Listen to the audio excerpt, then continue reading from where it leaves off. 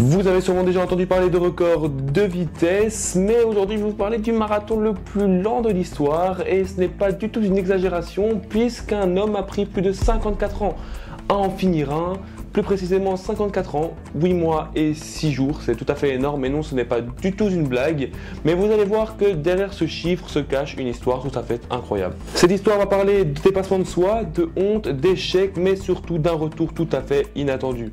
Donc voici l'incroyable histoire de Shizo Kanakuri, l'homme qui a mis plus d'un demi-siècle à franchir la ligne d'arrivée.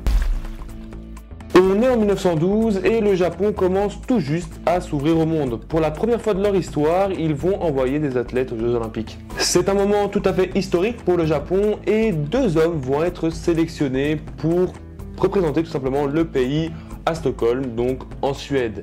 Et parmi eux, on va retrouver un certain Shizo Kanakuri à seulement 20 ans. Shizo à l'époque, c'est tout simplement un étudiant.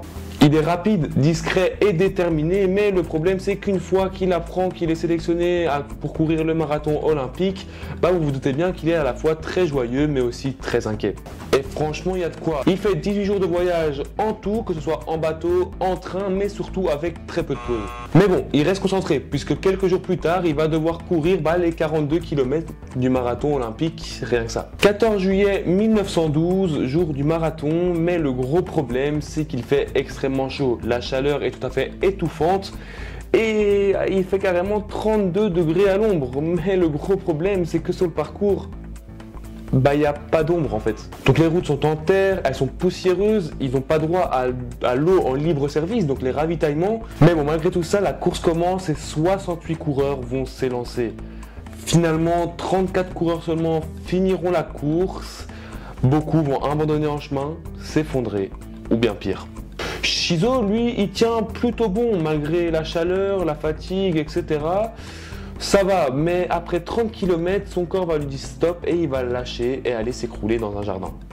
Par chance, une famille suédoise qui habite là le trouve et s'occupe très bien de lui. Il le soigne, il le nourrit, il lui change ses vêtements, il lui donne des vêtements propres, ce qui permet à Shizo de se reposer et à tout simplement reprendre des forces. Mais malgré tout ça, il ne retournera jamais sur le parcours.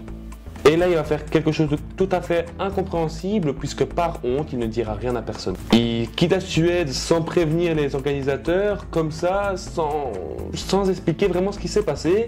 Et du coup, le résultat, c'est que pour eux, Shizo est tout simplement porté disparu. Les années passent, même les décennies, et Shizo vieillit tout simplement, et tout le monde commence un peu à oublier cette histoire.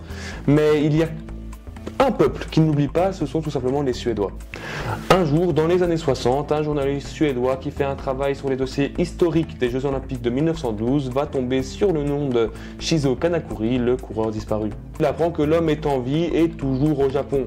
Alors l'histoire a fait surface et le comité suédois a une idée aussi bien symbolique que géniale en fait. Ils se sont dit alors si on ne le fait pas revenir pour le faire finir officiellement la course. Shizo Kanakuri, désormais âgé de 75 ans, accepte l'invitation des Suédois.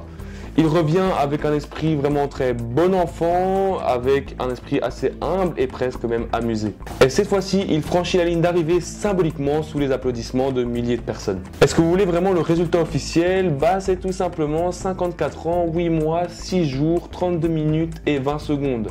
Ce qui fait de ce marathon le plus long jamais enregistré dans l'histoire des Jeux. Et là, il sort une phrase vraiment devenue culte que vous avez peut-être déjà entendu. Fait une longue pause, je me suis marié, j'ai eu des enfants et j'ai vieilli. Shizo Kanakuri aurait pu rester une anecdote, un nom oublié dans les archives. Mais son histoire, elle traverse le temps parce qu'elle touche à quelque chose d'universel. On a tous des projets qu'on a déjà laissé tomber, des projets qu'on a commencé et qu'on n'a jamais fini, peut-être par honte, par peur ou juste parce qu'on n'a jamais osé reprendre. Et Shizo, il nous rappelle que c'est jamais trop tard, parce qu'au final, ce qui compte, même si ça doit prendre 54 ans, c'est de franchir la ligne un jour.